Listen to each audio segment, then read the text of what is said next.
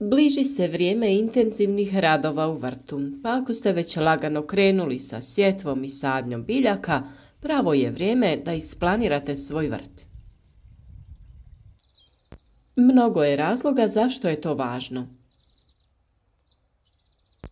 Sve uradite kako treba, pripremite zemlju, pravilno posadite biljke, ali rezultati nisu kako treba.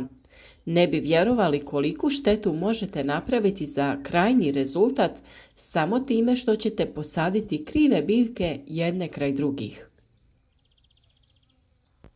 Pravilnim planiranjem osigurati ćete potpunu iskorištenost vašeg vrta i biljke će biti zdravije, jače te samim tim dati ljepše plodove. Ukoliko želite da sve poslove odradite na vrijeme, zapratite naš kanal, jer vam pravovremeno donosimo sve važne savjete. Ostavite like podrške ispod videa, družite se s nama u komentarima, podijelite vaše iskustvo ili tražite savjet. Pa krenimo sa poslom. Plodored naime predstavlja pravilnu prostornu i vremensku izmjenu kultura na određenoj površini. Sastoji se od plodosmjene, to jest vremenske izmjene usjeva, i rotacije, prostorne izmjene usjeva. Preporučuje se za većinu povrtlarskih kultura i trebao bi iznositi barem 3 do 4 godine. U proizvodnji povrća dosta se teško pridržavati plodoreda, pogotovo ako se radi o uzgoju u zaštićenom prostoru ili usko specijaliziranim proizvođačima.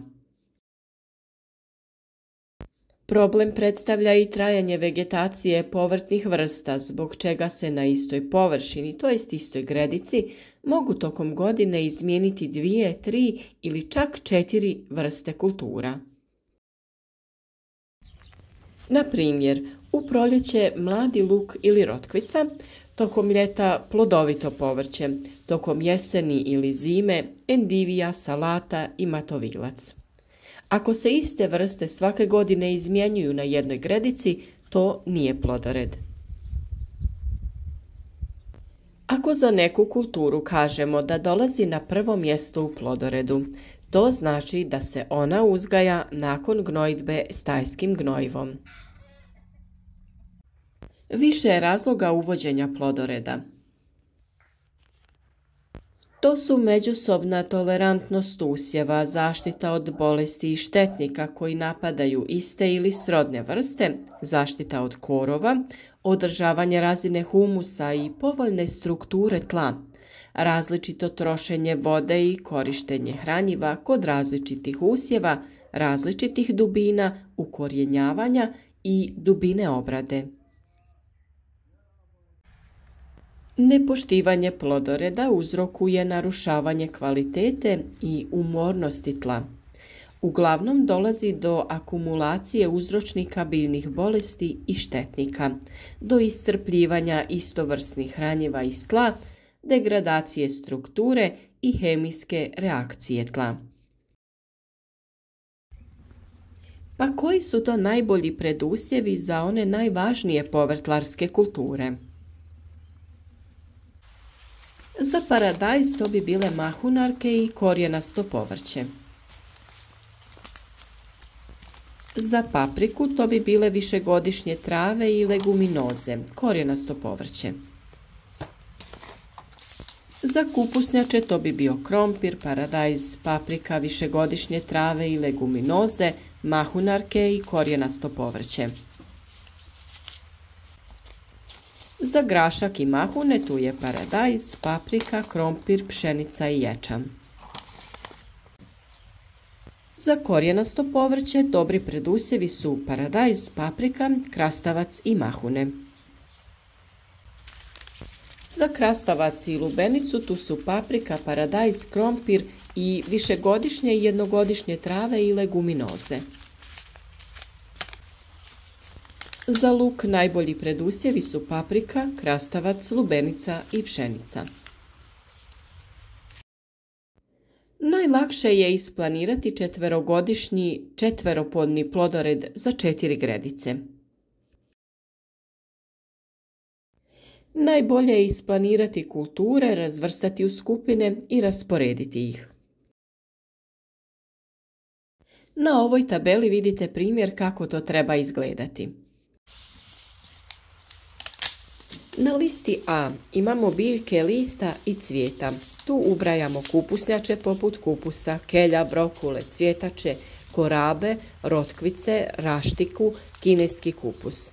I tu su glavočike poput salate, endivije, radiča i artičoke. U B skupinu ubrajamo biljke korijena. To su štitarke poput mrkve, celera, peršina, pastrnjaka, kopra, komorača.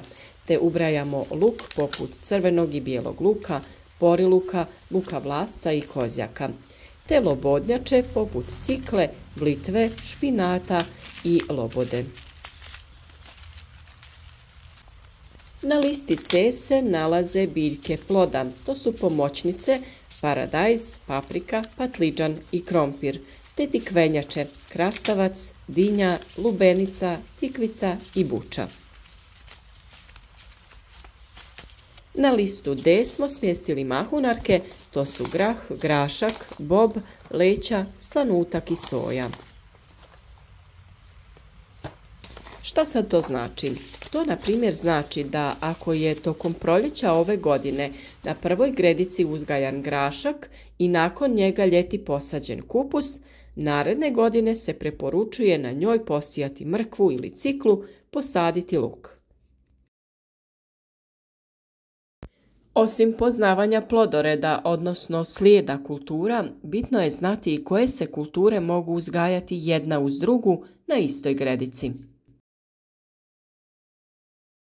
Tokom dugogodišnjeg uzgoja u vrtu može se primijetiti da u nekim kombinacijama biljke bujno rastu, dok u nekima ne. To se događa jer pojedine vrste luče više ili manje fitoncida.